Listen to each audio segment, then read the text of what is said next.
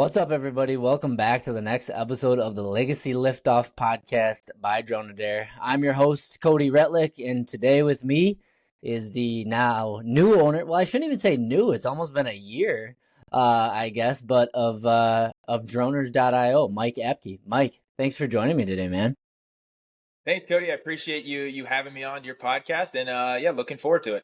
Yeah, absolutely. I've been wanting to connect with you for a while. I think I actually connected with one of your brothers first on LinkedIn and then realized I was like, wait, 1 second. All right. Mike's heading it up and operating it over there at Droners now. So I'm glad we got connected. And you came with some requests and some for some of the pilots that we have on our platform. Kind of we're interested in hearing kind of the transition and how Droners got acquired and everything. I know you've put some videos out there on the process and everything, but I don't want to go into too much of that and the details. We can link some of those videos in there. But if you've listened to some of the episodes, you know that this podcast is all about people's stories in the industry, in the drone industry, leaving a legacy of their own and kind of how they got into it, right? And their story and telling it from your point of view. Obviously, you're not a traditional, hey, I would love drones from the beginning. I've flown them forever. And not to say anyone's traditional, right? Everyone has their own path. But yours is very unique in a lot of different ways. So would love to kind of hear your beginning origin story, right? I know you started from a 9 to 5 and kind of in that realm. I guess just give us your personal background, like before you acquired Droners, maybe starting out like software developer, right? From that start, that position, or give us that intro of where you started. Sure. Yeah, I was a software engineer for almost 6 years. Somewhat separate than Droners, but it kind of led into Droners because I was looking at buying a software business, and Droners at the heart of it, it is a software, it's a tech business. But what introduced me to Droners was I've been a land investor for multiple years. And, there's big communities of land investors. And what we do, my brothers do it as well. And what we do is we buy land all over the country.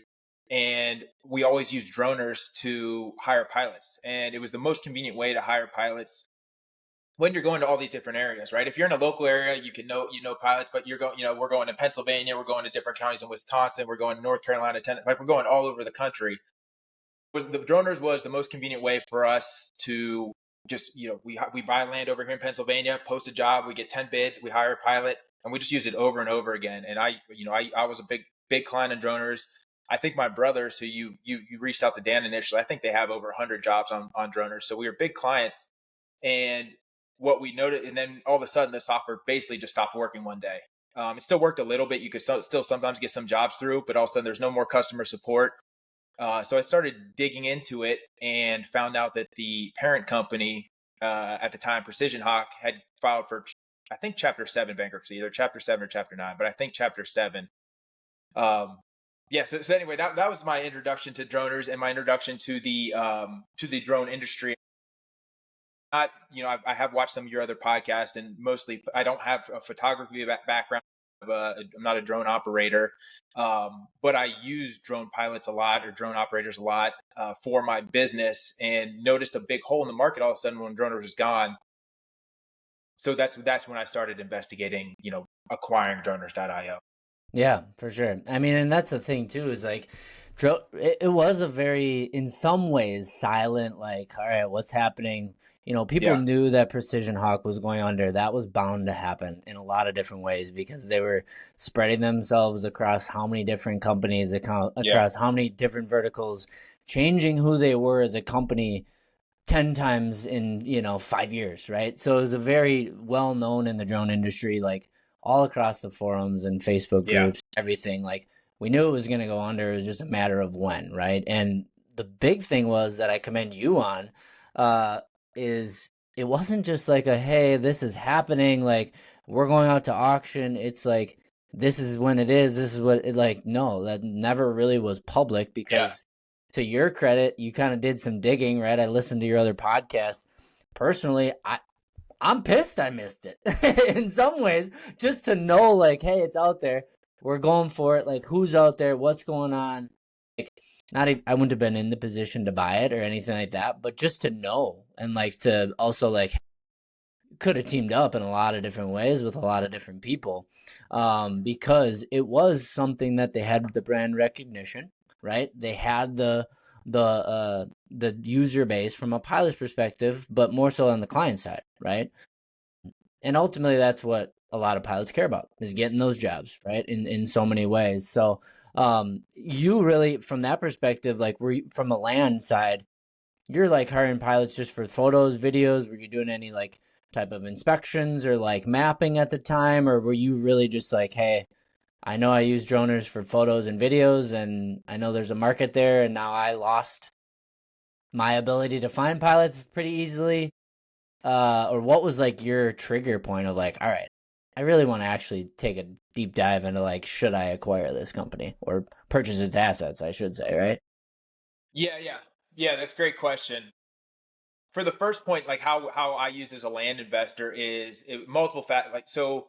I would have a drone photographer go out shortly before I buy a property, and they would do, of course, they do all the night, do great photos, aerial shots, ground shots. It'd be for the marketing for the sales side of the property, but they're also doing due diligence as well because most of these properties we don't visit ourselves, so they're walking the property. They're also getting shots in all these different areas where we can't, you can't really walk. You might not be able to see. So it's multifaceted. It's basically we send the drone pilots out or the drone photographers out for due diligence and for marketing. And it wasn't just me. Like I've been in communities with like my brothers have a land investing community and hundreds of people in the community, maybe even more than that. And it was like everybody was just kind of scrambling to hire. It was just harder. Just when it was just a lot harder. There was a gap in the market, and one so and then when actually looking to acquire it, it was really two things. It was, for one, I believed in the business because it's not like I'm buying some random business. I'm buying a business that I've been using for years, and I really liked it. I liked the software. I liked the network. I felt like so that was the biggest thing. I believed in the business, and it also just fit my background, coming from a software engineering background. I understand how product works. I understand the ins and outs. I'm not doing a whole lot of development right now. I'm managing developers, but I understand how developers think. Like that's just the work. Like I came from that world, so that's really what made me dive into it. Yeah, there's just believing in the business, and then also having that, being coming from the software engineer background.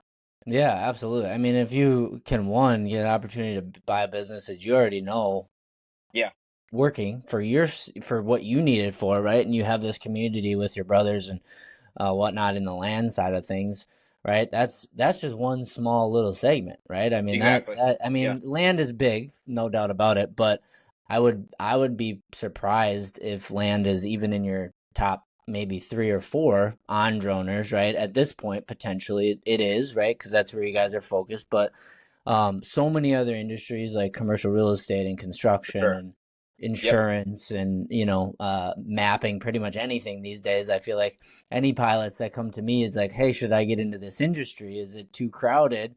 Is it too saturated? It's like, no. And then it's like, well, what do I get into? I was like, well, mapping. Like you should, mapping, if you're really going to get into it and make it a full-time job, like there's a ton of photographers and ton of videographers out there. You can still make great money and do it that way, right? But be specialized and get find a niche that ultimately you would like to be in all the time as well. But from your perspective, I think that it was a great acquisition. From the timing of it all, it sounded like too from the podcast with your brothers that you were like ready to buy a business, right? Like that was something that you had talked about or you were very interested in doing.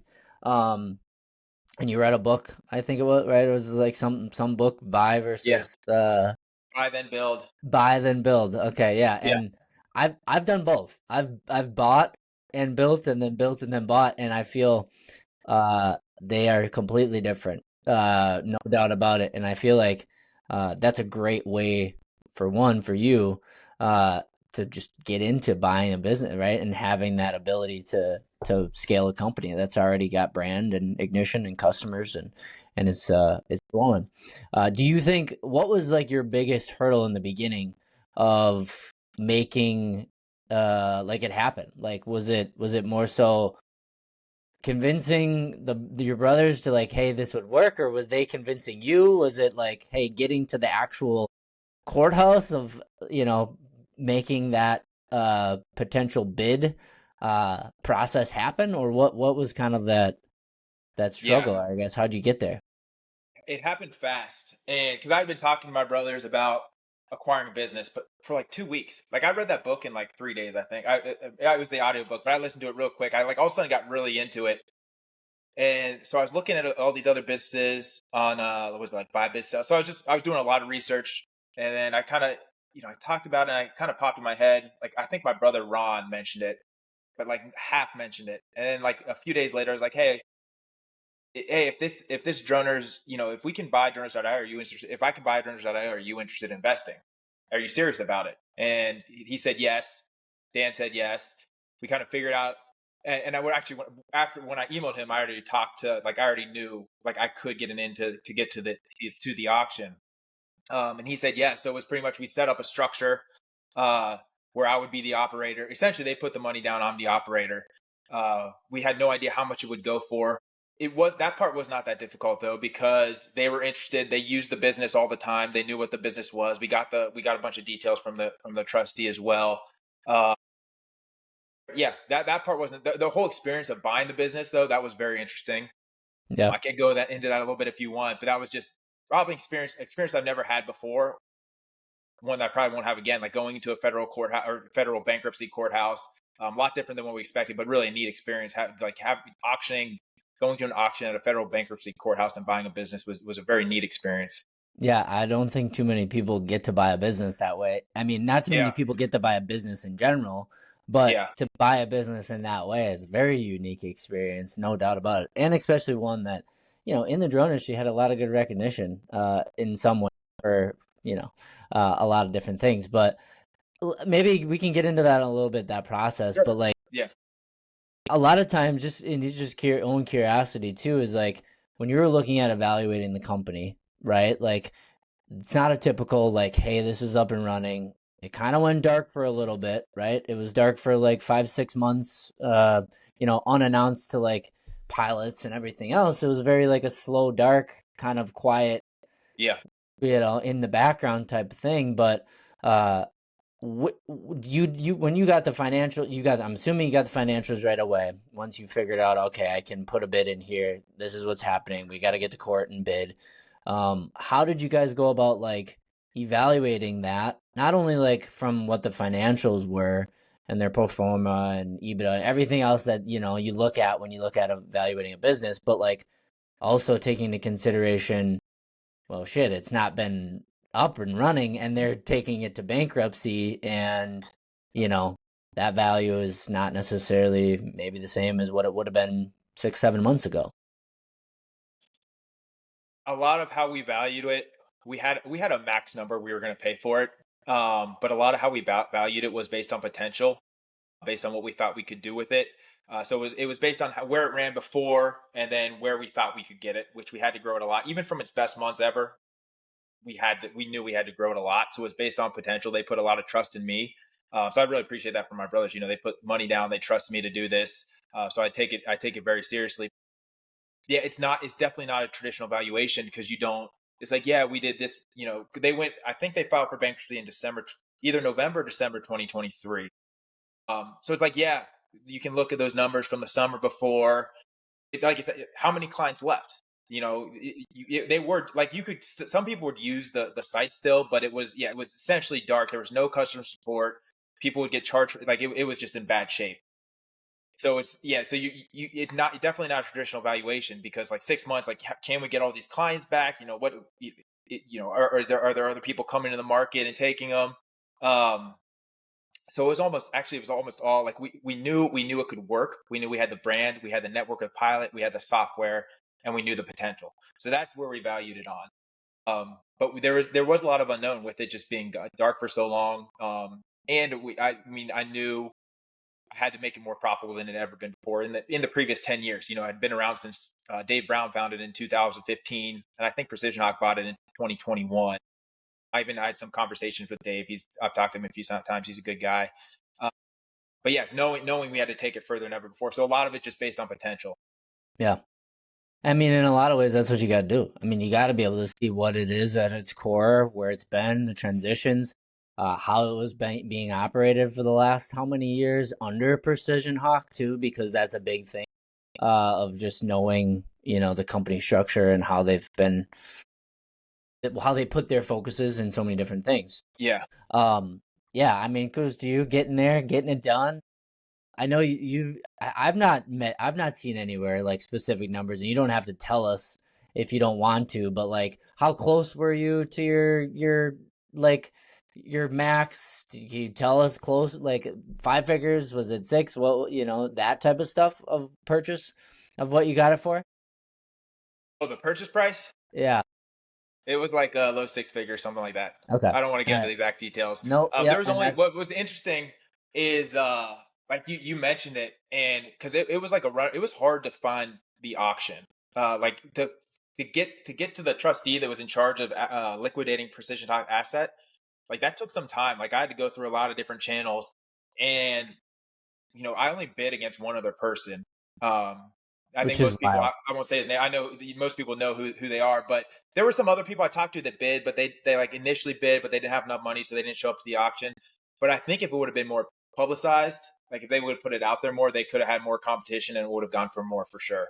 So we Yeah. got kind of, diving in, doing that extra because I know some people that would have been interested if it was, if you didn't have to work to find out Right. where the auction was.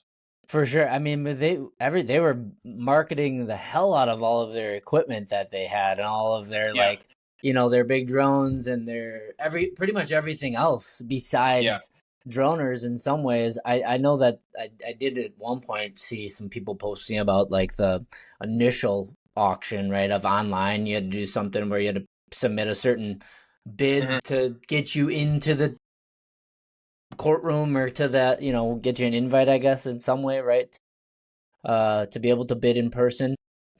Um, yeah, hey, it's great for you, right? I mean, that's awesome. Like I think your brother said too, is like friction creates that. So if you're only going up against one other person, like hell yeah, that's a dream situation in a lot of ways to be able to acquire an asset like that.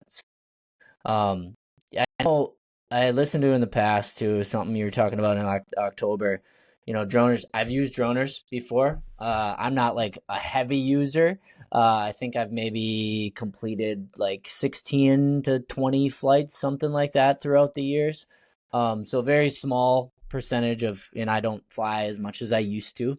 And also a lot of that kind of in the beginning and throughout. But droners has always been a way for pilots of all skill levels to kind of get leads, right, and to be able to bid on them. You're very different in a way where you know the clients, they can set the price, but they can still accept the bids, right? And the pilots can still always put what they believe that they deserve, what they believe that their time is worth, right? And the client is always then able to accept, decline, right, request for changes, anything like that. Whereas some of your competition, we won't name names, right? Don't do that, and pretty much it's a race to the bottom mentality, right? It's like pay these pilots the least amount as they possibly can, and don't give them any more value, and don't give them any way to connect with them and actually get some recurring revenue streams. So from your side though, like very client right focused to get those back probably initially, right? Because it's like, hey, all of a sudden you won the bid, you go for it. I know I'm kind of jumping back and forth here, but I'm like trying to go through the process and get us there to that finish point in future. Like you got it back online, you got everything. I'm sure that wasn't an easy process because I just imagine like if I were to hand over the keys to the castle, that's a lot. Like there's Yeah. like username, server, like everything we need to pass off to you would be wild. Um, but once you did that, what was kind of like first initial, all right, we're back up and running. Where do we go from here? Type of mentality. Yeah. So yeah, for the keys of the kingdom, that was tough because not only we're getting keys of the kingdom, but we're getting without any real help. We had one guy that was the trustee paid to help us, get things up and running, but he didn't directly work on droners. So it's not like a traditional acquisition where they, the people you're buying from help you out, help you onboard, help you You get had everything up and no running. you had no team members that came over at all We from had like. one guy from Precision Hawk. He was one of their IT guys, but he had never worked on drones directly, so it was limited. So he would get me into some accounts. It took us like all our transaction processing was through Stripe, and it took me like 3 or 4 weeks just to get access to Stripe.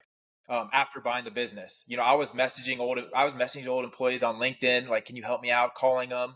Eventually, the trust, like, we got in through Stripe. But obviously, they're very protective. I had to prove that I owned it now. They don't just let anybody get into other people's account, which is actually good. So yeah, that was different than a normal acquisition process, just because the company I'm buying from doesn't exist anymore. There's nobody there. You got a little bit of help, but not a whole lot. For the goal number one, uh, yeah, and I say I don't know for client, like I want a great platform for clients and pilots. I think the Mhm. best way to keep pilots happy though is to have more clients and have recurring clients. So that's where bringing clients in is gonna keep pilots happy. It's gonna bring more pilots in. Having as much business as possible. But anyway, from day one, the first thing was just let's get back to where we were. Let's get all. I emailed, went through all our biggest clients, emailed them. Sent messages to the pilots as well, let them know we're back up and running. Trying to just let everybody know we're back up and running. We have customer support. We're rolling with this now. Come on back. But that was number one. Like, let's get things back to where they were. Yeah. That took a couple months, but then it took a couple, maybe even a few months. I say within four. Let's see, April, by August, we had become more profitable. We had more profit than the business had ever had before. More profitable in the previous 10 years. So we got it up and running quick and started bringing it and started doing a lot. Not to say we didn't have our challenges. We of course did, but we got it up and running. We got the clients, important clients back. We started something they didn't do a lot. We started really focusing on paid ads. I put thousands of dollars a week into paid ads now, bringing new clients. So marketing more than the business ever had. And I Oh yeah, don't know, and I see that's not your. taking away from the previous work. Like, we're building on the foundation that Dave initially built, and then Precision Hawk. They actually did grow the business. They continue to grow the business. I know they had their problems, and I saw some of those just from buying a business with them. But just kind of building off what people have done in the past 10 years and pushing forward. But yeah, that step one was let's get our clients back. We have a base of clients. They're gone. They think Droners is bankrupt, so let's get them back. Let them know we're working again. Come on back. Yeah. I mean, that's kudos to you because that's the first thing I would have done too. It's like, hey, get back the revenue, right? Like, come on, let's go. You got to let them know that it's back up and running. All should be good. And you ready to go, ready to keep going and continuously improve the product. Mm-hmm. Uh, from being a software guy, from being a software developer, I know you're not doing the developing now, you said, but like, what was the first, like, did you find bugs that you wanted to fix? Did you find UX, UI? Like, what was, like, I feel like, there's probably some certain things where like, all right, we need to fix this immediately or change this or whatnot. Was it more of like after the clients came back, was it like, hey, how do we process improve or like actually change the product, the look or the feel? Or was it like future, how do we now get into other markets and do that type of growth as well? Yeah, probably a little bit of both, or a lot of both. Um, like, if you look at our expenses, most of our expenses either into development or marketing. That's like probably not. That's like all of our expenses actually, development and marketing. Um, but in terms of the product, yeah, there were bugs for sure. So fixing bugs, getting a good development team. So we've had some turnover and like just kind of building that up. And then where things didn't work out, like now I'm in a place, it probably took 5 or 6 months, but now I'm in a place where we have a stable development team that's very, very good. I have a project manager too that handles things. So it is a kind of a balance between improving the product and fixing bugs. I think we're in a pretty good place with the bugs now because I think like in tech, in software businesses, you can get too focused on the improvement and then realize like these are the things you can fix. There's things you can fix right now that'll make clients happy. Like, you get too, Mhm. the improvement is important, but you also want to make sure your product right now is working very well. Fixing anything that's frustrating the clients. So it's kind of a combination of both. In terms of look and feel, we've been working on a like a full UX redesign. We're changing the flows of things. We've been working on that. Got the design done probably for 4 or 5 months now, and that's going to be released in July. So that's by Okay. far the biggest change to the product. It's going to look. I don't know if you've been in drones for a while, but it's kind of like an older, clunky feel to it. Software still works well. You still have everything still works, but this will just be it'll be a much more modernized website, and we put a ton of work into that. I'm really looking forward to that. Uh, but yeah, I mean, the idea is, and then once we get done with that, we're just going to keep improving the product from there. Any bugs that come up, fix them. But really trying to move fast, move as fast as we can, and just keep, having if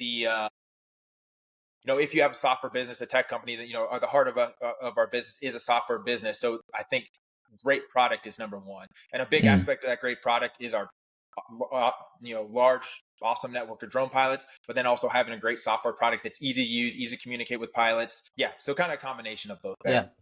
Yeah, you got to look at the product roadmap right away, right? And be like, all right, Hmm. this is what needs to get fixed for it to work and people to stay happy versus like, all right, is 10% of the people going to care about this fix or Yeah, like, is this really something that's needed, right?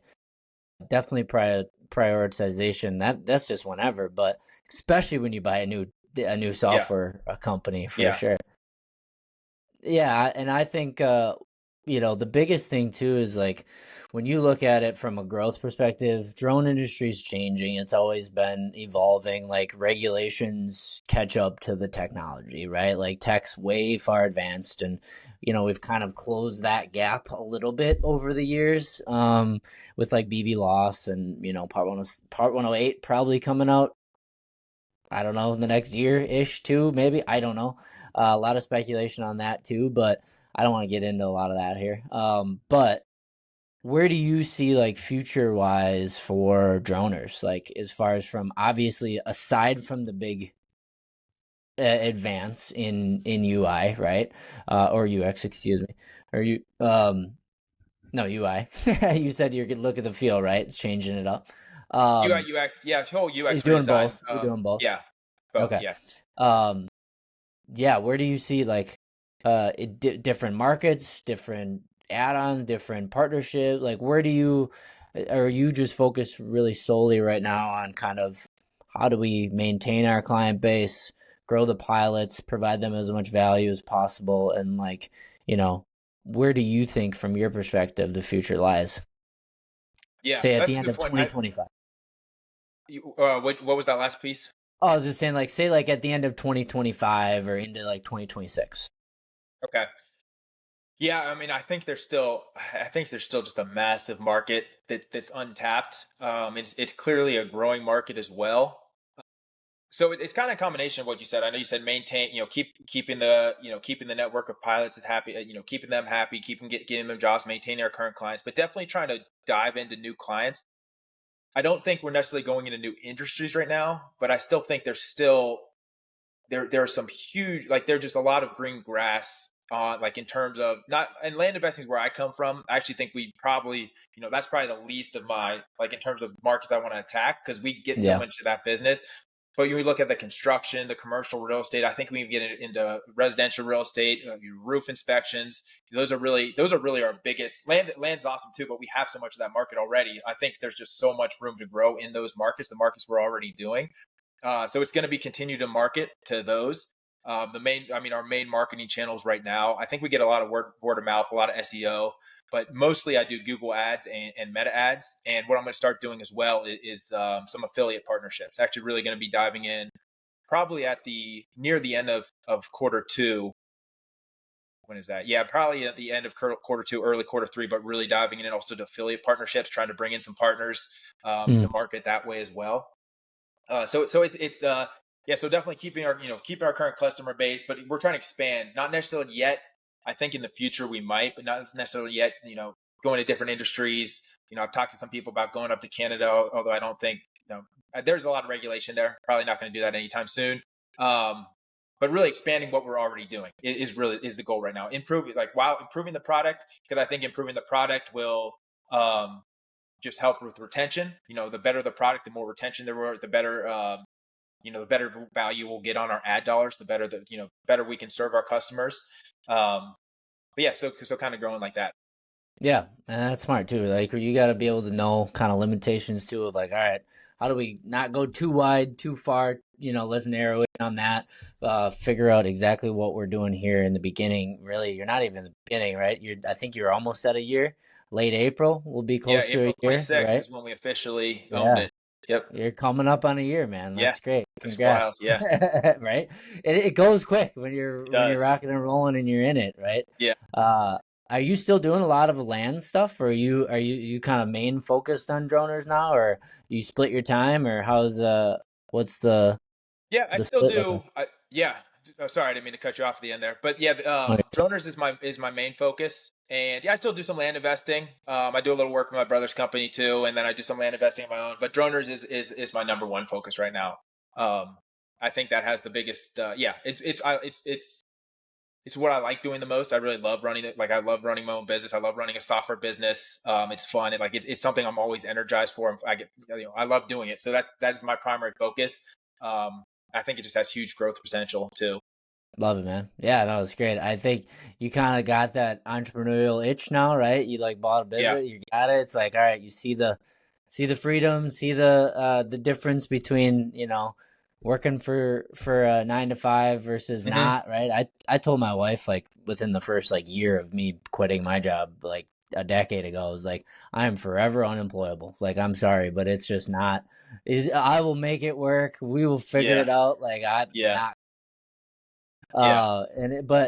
And that's just in general. Like, there's so many different people that listen to this too, and just in different. There maybe you're a weekend warrior, you're a side hustler, you have a full time business. Maybe you fly for someone else and you do stuff on the side. No matter what, like getting your time back, being able to do something you love and you're passionate about, like I love that stuff. So it's always great to hear that you did find something that you can really sink your teeth into, see the potential of it because the industry it's still young. We're really truly it's past its infancy stage, obviously, but it's a whole new market. I mean, you're talking less than 15 years to a consumer level, really. So that's pretty early on for a tech like drones. It's great to obviously connect with you and whatnot. I don't know if you have anything else that you want to share about just kind of like maybe goals or like people to reach out to you or how do they connect with you.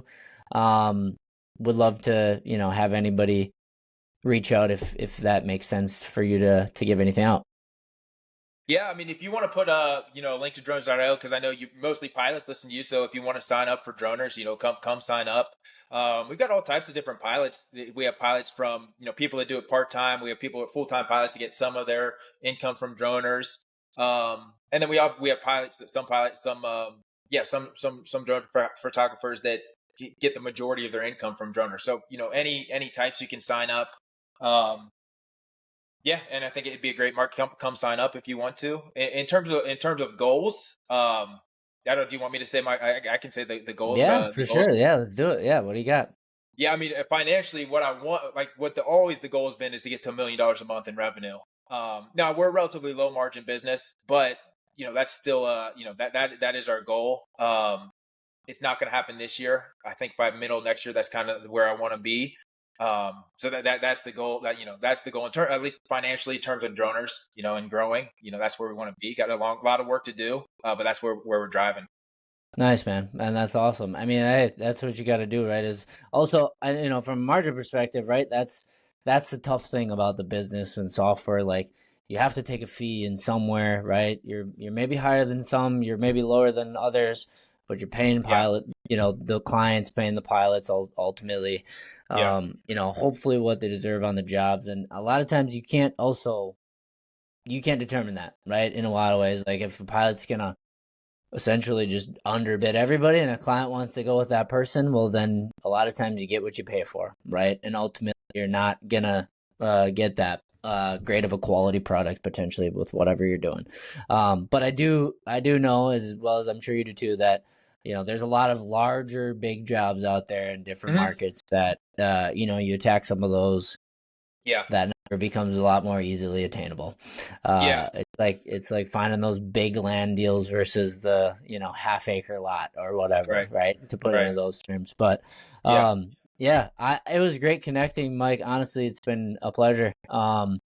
If you want to reach out, we'll put some of Mike's stuff in the notes in the description. If you guys are listening on YouTube, please give us a like subscribe. We're getting going on this. We took a little break with the podcast. If you have anybody else too that you want us to have on here and interview, would greatly appreciate referrals. And then Mike, again, pleasure having you on. It was nice meeting you. Yeah, great talking to you, Cody. Yeah, awesome talking to you, and hopefully we can connect again soon in the future. Absolutely. Safe flying, everybody out there, and we'll see you on the next one.